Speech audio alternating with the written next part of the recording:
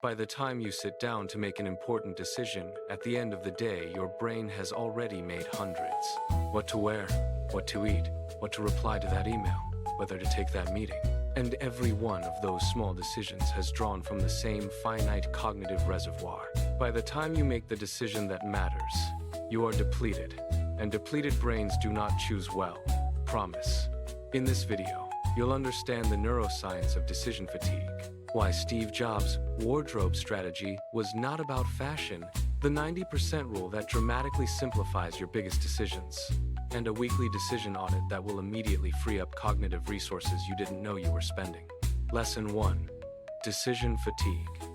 In 2011, researchers studied Israeli parole judges over the course of a day. At the start of the morning, judges granted parole approximately 65% of the time. By the end of a session just before lunch, the rate dropped to nearly zero.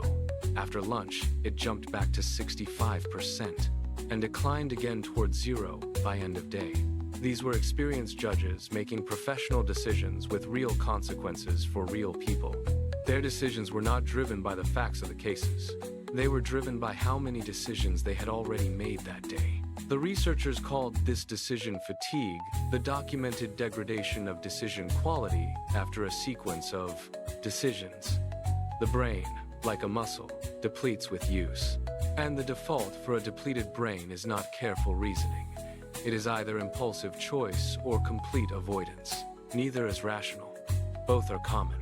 The implication is significant. The quality of your most important decisions is largely determined by how many small decisions precede them. Lesson 2. The wardrobe strategy. Steve Jobs wore a black turtleneck, blue jeans, and New Balance sneakers every single day. Mark Zuckerberg wears the same gray t-shirt. Barack Obama during his presidency owned only gray and blue suits. This is not aesthetic minimalism. It is cognitive conservation. Jobs was famously specific about why.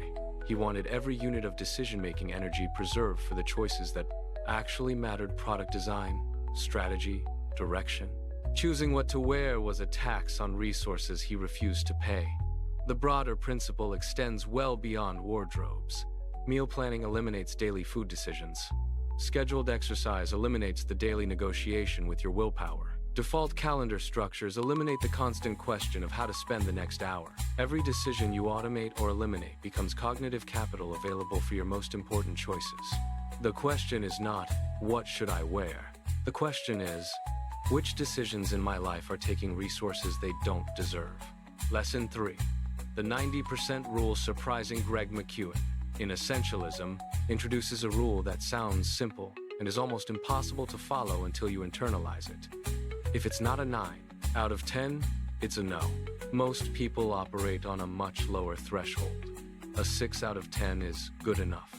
A 7 out of 10 seems reasonable to accept. But McKeown argues that these mediocre commitments are precisely what crowd out the exceptional ones. Every yes is a no to something else. A yes to a 6 out of 10 opportunity is a no to the 9 out of 101 that hasn't appeared yet but might. The 90% rule is not perfectionism. It is prioritization. It accepts fewer things so that the things it does accept receive full commitment. Applied to everyday decisions, when you can decide whether to say yes, ask not. Is this good? But, is this a 9? If not, the answer is no.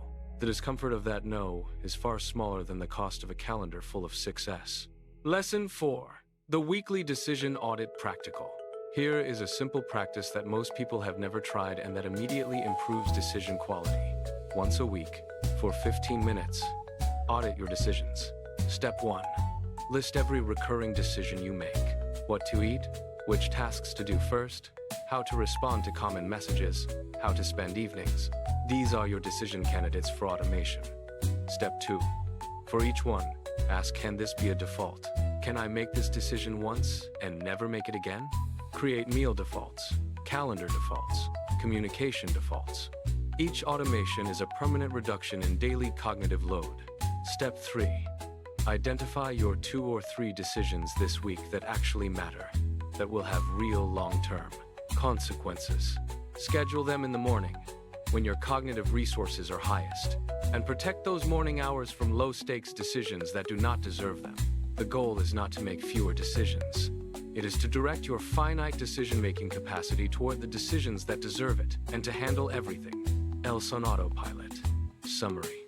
Lesson 1. Decision fatigue is documented and measurable. Even professional judges make worse decisions as the day progresses.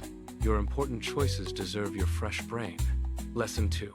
Systematizing low-stakes decisions is not eccentric minimalism. It is deliberate preservation of cognitive capital. Lesson 3. The 90% rule, if it's not a 9, it's a no, protects your schedule for the opportunities that actually deserve your full yes. Lesson 4. A weekly decision audit lets you automate your defaults, schedule your important choices, and stop paying cognitive taxes you don't need to pay. If this resonated, the next video is already on screen. Watch it now.